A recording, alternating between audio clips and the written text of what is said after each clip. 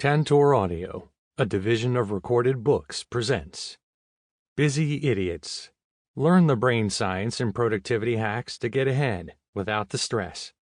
By Brad Marshall and Joff Outlaw. Narrated by Gary Noon. Limit of liability. Disclaimer of warranty. While the publisher and authors have used their best efforts in preparing this work, they make no representations or warranties with respect to the accuracy or completeness of the contents of this work, and specifically disclaim all warranties, including, without limitation, any implied warranties of merchantability or fitness for a particular purpose. No warranty may be created or extended by sales representatives, written sales materials, or promotional statements for this work. This work is sold with the understanding that the publisher is not engaged in rendering professional services. The advice and strategies contained herein may not be suitable for your situation. You should consult with a specialist where appropriate. The fact that an organization, website, or product is referred to in this work as a citation and/or potential source of further information does not mean that the publisher and authors endorse the information or services the organization, website, or product may provide or recommendations it may make. Further, readers should be aware that websites listed in this work may have changed or disappeared between when this work was written and when it is read. Neither the publisher nor authors shall be liable for any loss of profit or any other commercial damages, including but not limited to special, incidental, consequential, or other damages. Busyness, or rather our obsession with busyness, is the biggest yet still unspoken issue in the modern workplace. Introduction. Who is a busy idiot? First, a confession. Joff's guilty pleasure is watching Ramsay's Kitchen Nightmares. He can happily waste an entire evening watching Chef Gordon Ramsay become increasingly exasperated with restaurant owners before he finally gets his way by simplifying the menu and painting the walls white instead of crimson. Ramsay has a unique talent for insults, and in one episode he utters the words, which still resonate with Joff 13 years after the show aired, "You're a busy idiot." It was directed at a chef, and it was anything but a compliment. So, what does it mean in the context of this book? A busy idiot is like a hamster on a treadmill, running at breathtaking speed but going nowhere fast. They set up a meeting without an agenda and spend much of the meeting discussing what the agenda should be. So, they set up another meeting, again with no agenda, and this goes on week after week. Busy idiots are masters of multitasking. There's nothing they can't do, provided it takes less than 30 minutes. They have no time to focus on bigger, more important strategic projects. Their phone is like a gun in a holster ready to be drawn the instant they feel it vibrate. They respond to emails too at lightning speed. Their emails often contain open-ended questions, which lead to more emails. They change their minds constantly. What was important yesterday is forgotten the next day. Everything has to be done now. Everything is urgent. In meetings, they nod along enthusiastically, but they're not listening. In virtual meetings, they have several instant messaging conversations on the go. They love the pace and the dopamine kick from getting work done. Except, work is never done. The busy idiot works longer and longer hours. Their calendar looks like a maniacal game of Tetris, with the sound on full blast. The business results don't follow, and team attrition is high. Business leaders sometimes defend the busy idiot and point to their long hours and hard work, but the reality is that the busy idiot is just busy being busy. Here, admittedly, with more than a dash of hyperbole, is what a week in the life of a busy idiot might look like in a modern workplace. We sincerely hope this story doesn't feel too familiar to you. Busy Idiot John. John works as a customer experience (CX) manager at a leading UK bank. It's his job to monitor customer feedback and sentiment and identify ways to improve the bank's Net Promoter Score, NPS. His key performance indicator, KPI, is improving revenue growth by selling more home loans. John lives with his wife Sam, who also works full-time, and their two young boys aged 9 and 11. John starts Monday morning with no clear picture of what he's going to do or achieve. Instead, he dives into his inbox and works through the 50 emails he's received over the weekend. They're mostly internal, and it's lunchtime before he's answered them all. After lunch, John dials into his series of diarized 1v1s with his team of 4. The conversations are unstructured and informal. They're supposed to last 30 minutes, but often go on longer. John does most of the talking, thinking out loud about some of the challenges the bank is facing. He rarely asks for his team members' ideas. At the end of each call, he typically dishes out some half-baked actions. His team have learned to ignore these actions, as John usually forgets what he's asked them to do by the following week. John does this every Monday. In the evening, through dinner with his family, he sits at the end of the table, scrolling his phone and answering emails. On Tuesday, John prepares for the internal reporting call with his superiors that happens every Wednesday fortnight. He reviews all the NPS data and customer feedback and fills in a spreadsheet, a PowerPoint, and an agenda for the call, which is attended by the Chief Financial Officer, CFO, Chief Operating Officer, COO, and his boss, the Chief Marketing Officer, CMO.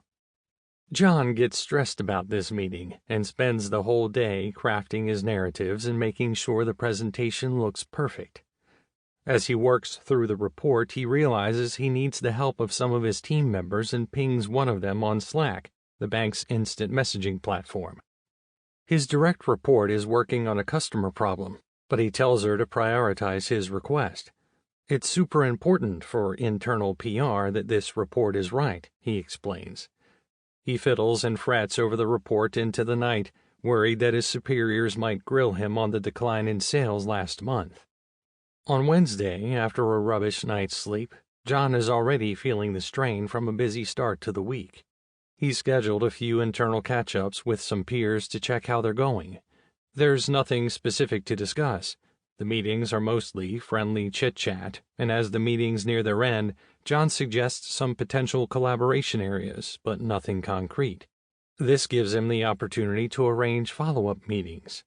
Never end a meeting without setting up a follow-up meeting is one of John's mantras.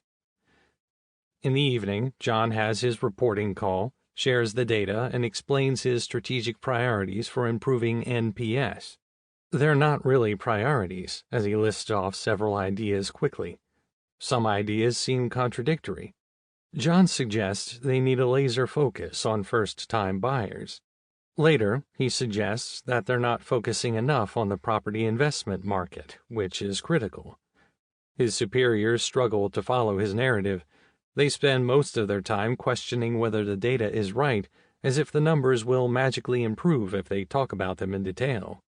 The meeting ends with a few stern motivational messages.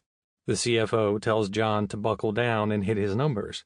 His boss, the CMO, concludes with, "Yes, and let us know how we can help." What that help might be is not specified. John is relieved to get through the call and hopes the numbers will improve by the time they meet again. It's 9 p.m. by the time the meeting ends, and his two boys have already gone to bed. He heads downstairs to eat a plate of food wrapped in tinfoil in front of the TV with Sam.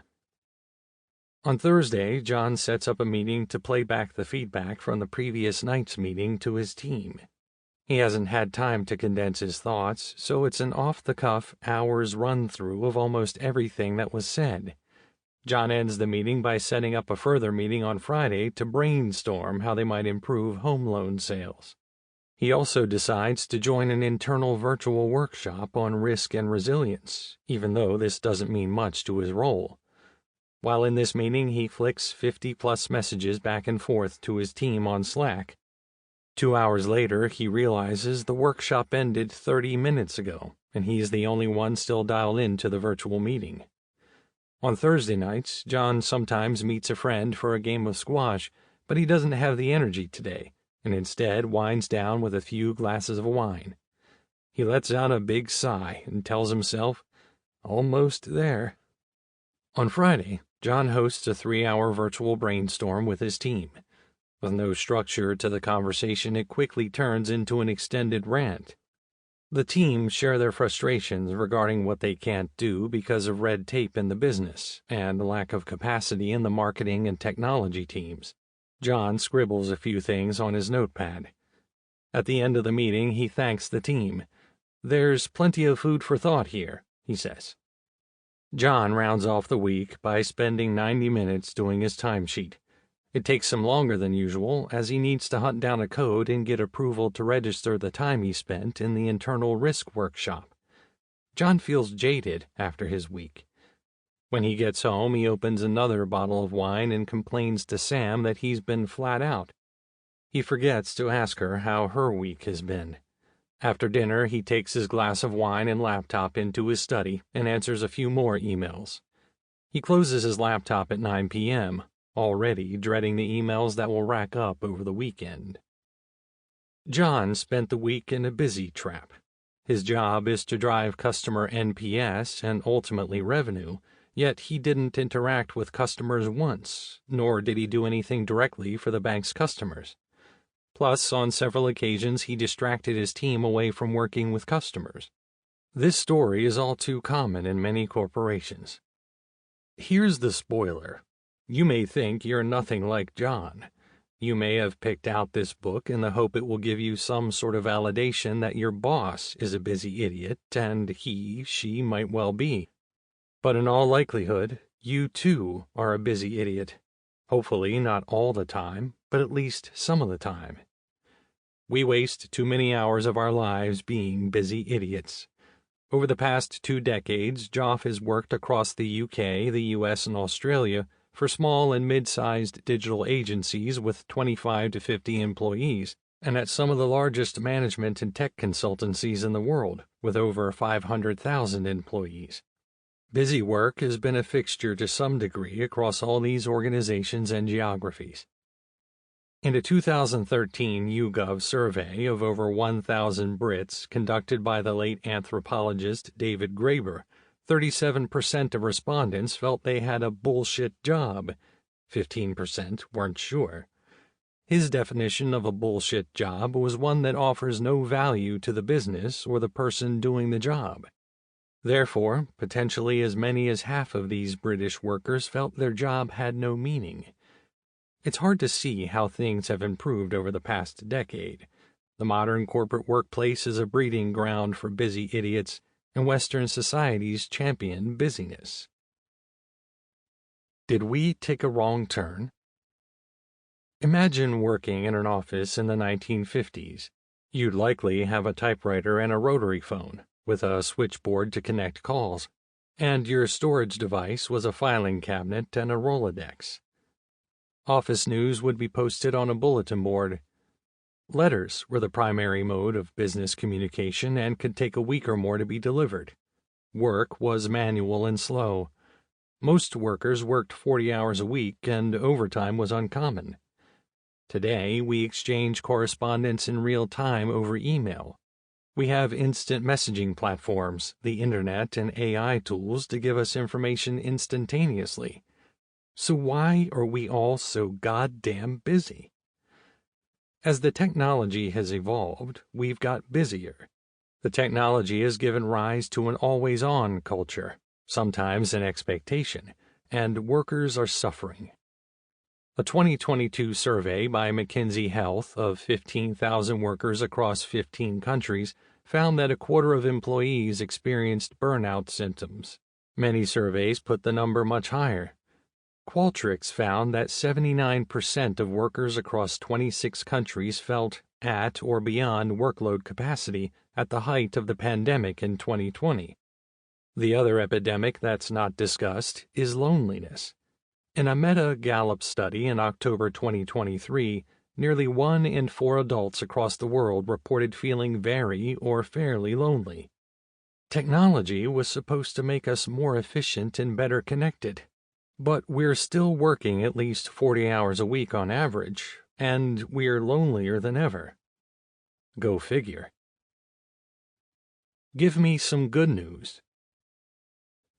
The good news is there's psychology and science behind why technology drives burnout and loneliness. By becoming aware of what happens to your brain when you spend your day pinging, swiping, texting, and instant messaging, you can start to make adjustments and take back control. Sounds easy, right? Wrong. The tech industry utilizes sophisticated, persuasive design and artificial intelligence to actively hold your attention at work and at home. If you don't understand these techniques, at least on a base level, you are liable to become a lemming. That's right, the 1991 hit game that took computer gaming by storm. Lemmings are green-haired, blue-robed little creatures that march in whatever direction their maker sees fit, even into oblivion, or off a cliff. Successful people avoid the busy traps of technology and learn how to harvest technology and not let technology harvest them. We will show you how to do that in chapters 1 and 2 of this book. What may feel out of your control is the way your organization works and, more specifically, the way your boss works. It can be torture to have a busy boss who flies by the seat of their pants and has ever-changing expectations and priorities. There are only two ways to solve this problem: meet it head-on or get out. Given that busy work is rife in most organizations, the latter is likely your plan B. It's better to hone a system to get control of your work and your boss. In Chapter 3, we introduce some tried and tested techniques with supporting real-life anecdotes. Be prepared, these stories may feel like an episode of The Office, but they're all true. Once you get a grip on your tech and your boss, you can start to make improvements to the way you work. Think of it as like adopting a healthy diet before you start hitting the gym. Joff's good friend and former colleague, Dr. Andy Pillane, calls busy work the junk food of work. Like junk food, it can be addictive, but it's not good for you. And like any addiction, it needs constant discipline. Vicious cycles are much more seductive than virtuous ones. It takes discipline to ignore the lure of going into reactive, busy mode. Ultimately, your soul knows the difference between embracing meaningful work and cramming your day with as many micro tasks and video calls as possible. In Chapter 4, we'll cover what happens to your brain when you engage in busy work and why human connection is so important to fight loneliness and burnout. So, you've got control of your tech, you've got your boss in check, but you still can't do your best work. Most of us need to work in teams to achieve results, so how do you create a high-performing team? If you're not a manager or leader, you may think that's not your responsibility, and if you have a supportive and productive boss, maybe it's not entirely your burden to bear. If you have a busy boss, though, your alternative is to be the victim. Let them set the tone for the team and spend most of your time griping with your colleagues. That time could be better spent introducing better ways for your teammates to meet, work, and collaborate. The role of the leader isn't given or appointed. It's earned. You can be the one to get your team working smarter, and everyone will love you for it. Your organization will recognize it too. The best way to get a promotion is to prove you can already do the job. In Chapter 5, we'll introduce a practical toolkit for forming and leading productive and happy teams. Finally, and most importantly, we shouldn't live to work. It's hard to be happy at home if you're stuck in a busy trap doing unproductive work all day. It leads to frustration that naturally bleeds into your private life. In Chapter 6, we'll give you practical tips on how to make your home your castle to help you protect and cherish your family life. Ultimately, the aim of this book is to give you the gift of time. Time can be better spent with those you love, doing the things you love. Time to disconnect from technology and connect with the people around you. Part 1. Manage your tech. Chapter 1. How did we get so goddamn busy?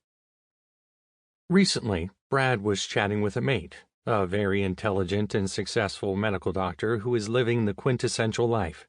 Nice house and car, 2 kids and a dog. Actually, they have a cat, but you get the idea. Brad recalls talking to them about the family juggle and how they each manage the balance between work, relationships, self-care, the kids' school commitments, play dates, sport, medical appointments, and everything else that goes with modern parenting. Throw in kids' gastro or brushes with COVID, and you've got yourself a personal DEFCON 1 nightmare. He asked his mate, whose kids are a few years older than Brad's, how he manages all the competing priorities. There was silence for a while, then a deep sigh. Who says I do? They started mulling over past generations of parents and family and wondered if the lives in the family unit, as we call it in psychobabble, had always been under this much strain. The answer? Yes and no. Brad recalls growing up in the 1980s with 2 parents who worked extraordinarily hard and managed the juggle very well. They didn't appear to be running around like busy idiots. He had a clear picture in his mind of his father coming home and launching into the usual chores, cooking dinner, cutting wood for the fire in winter, and no doubt arguing with his sons about chipping in. But when he left work, he left work. There was a clear delineation between work and home. Sure, in the event of some catastrophe, he might get a call on the home phone, but there were no micro connections to work. No email, no group chats, no online shared workflow boards. When he was home, he was home.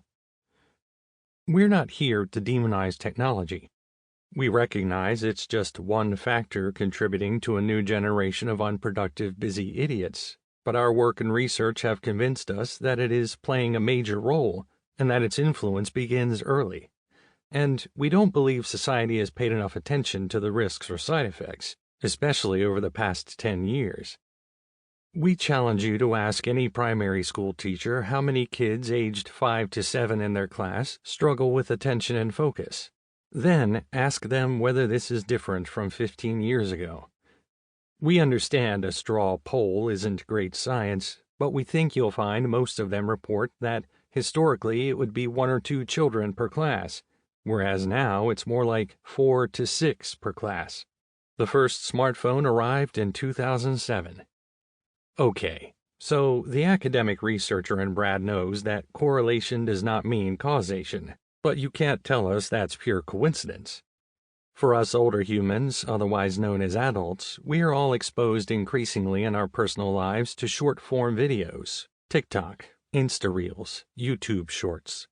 While we complain that our teenagers can't stop watching short video clips, most of the time we're guilty of a fair dose of hypocrisy. Studies have shown that adults who frequently watch short-form video clips are prone to shorter attention span and are less accurate on tasks and less productive. You only have to see how short-form video clips are pushed in the mainstream media to know it works. Have a look at any major newspaper online, and you'll soon find a section of short clips for quick consumption. What can we do about this? Don't worry, we have you covered. Chapter 2 will give you a roadmap. In Brad's research lab, 2,000 Australian kids were surveyed in the largest study of its kind in the country. It found the average Aussie teen spends 9.5 hours a day on recreational screen use. Phone, laptop, streaming, gaming, social media. This has been steadily increasing over the past decade. We now have a generation of teenagers using screens and technology almost 10 hours a day outside of school. These teenagers will be the next crop of bright-eyed, ambitious workers running our global companies. Do they know how to maintain a healthy relationship with technology? All indications suggest they don't. Anyone at a mid-sized to large organization will tell you those staff in their 20s are a huge asset because of their tech-savvy skills. But for most of them, their biggest asset is also their weakness. They don't know how to live with a sustainable tech blueprint. And it's our fault, because we don't either, and you can't teach what you don't know. Learn how to harvest tech with the Sustainable Tech Blueprint. Over the past 5 years, we have rolled out technology at work and at home at breakneck speed. Most of this was with good intentions and productivity in mind, some of it by necessity, given the circumstances we all found ourselves in around 2020. The world will never be the same. You can launch a business from your living room. You can work from a tropical beach in an exotic location many miles away from the major cities where we used to congregate. And perhaps best of all, many of us have adopted a hybrid model that has cut our commute significantly. We found a panacea, right? Well, not so much. What we didn't plan on was the struggle for work-life balance, increased rates of burnout, lack of human connection, and loneliness. And this is by no means an exhaustive list of the unintended consequences, but rather just a few of the more common ones. We need to learn how to harvest technology and not let technology harvest us. This is precisely what we teach in workshops for organizations big and small. We call it the Sustainable Tech Blueprint. It has 5 steps. 1. Sustainable Awakening. We are all in a kind of trance, allowing technologies to creep into more and more areas of our lives and steal our attention. Before we can do anything, we need to wake up from this trance and open our minds to a different path. 2. Sustainable Knowing. Knowledge is power. This step is all about the persuasive design that tech companies commonly use to attract and hold your attention. 3. Sustainable Audit. This step is a deep dive into how you use technology. It asks that you hold up a mirror to see if your tech use is consistent with how you want to live. Don't worry, there are no reality show mirrors in this step. We use an old-school tick-a-box questionnaire. 4. Sustainable Harvest. How many of us have tried to rein in our tech use only to slip back into old habits? We use a series of harvest trees to find solutions that fit your goals. 5. Sustainable Grounding. Grounding is all about getting back to living. By spending less time running around like busy idiots, we gain control of our lives, as discussed in Chapter 6. Sustainable Knowing. Learn the tenets of persuasive design. For any of you perceptive souls playing along at home, you may have noticed we skipped Sustainable Awakening. The fact is, everything you have heard up to this point is your awakening. In buying this book, you made a conscious decision to tackle the cycle of busyness. Awakening means being a willing participant in examining your own tech use and its impact. You made it this far, which means you are ready to tackle Sustainable Knowing, which delves into the world of persuasive design. Persuasive design is the practice of applying a set of social and psychological principles to influence behavior. It is commonly used in organizational management, e-commerce, and population health interventions, often with positive net effect. It has also been used for the past 20 years or so in the tech industry to drive attention, traction, revenue, and profits. Many of us are familiar with the concept and have a general idea of what it means, but don't understand the mechanics behind it. It's important to understand these mechanics if you plan to hack back the busyness trap. A disclaimer here. There are a few books that cover some of these topics. You may have read them already. One thing we can guarantee is that our explanations are written in simple language and won't turn into a peer-reviewed thesis. You see, it's one thing to have an understanding of persuasive design, but it's quite another to be able to interpret how that impacts people at work and at home. Here's our quick-fire introduction to persuasive design. Bartle's Taxonomy. How your personality profile is used against you. Richard Bartle worked in AI before it was cool to do so. In the 1990s, he coined a taxonomy that described 4 main player profiles in any game. He suggested that we all fall into one of the following 4 profiles, and we derive our motivation for continuing to play the game from that core need being met. 1. Achievers focus on achieving the goals set in a game or app and attaining the status that comes from that. 2. Killers focus on winning at all costs and direct competition with. Sample complete. Ready to continue?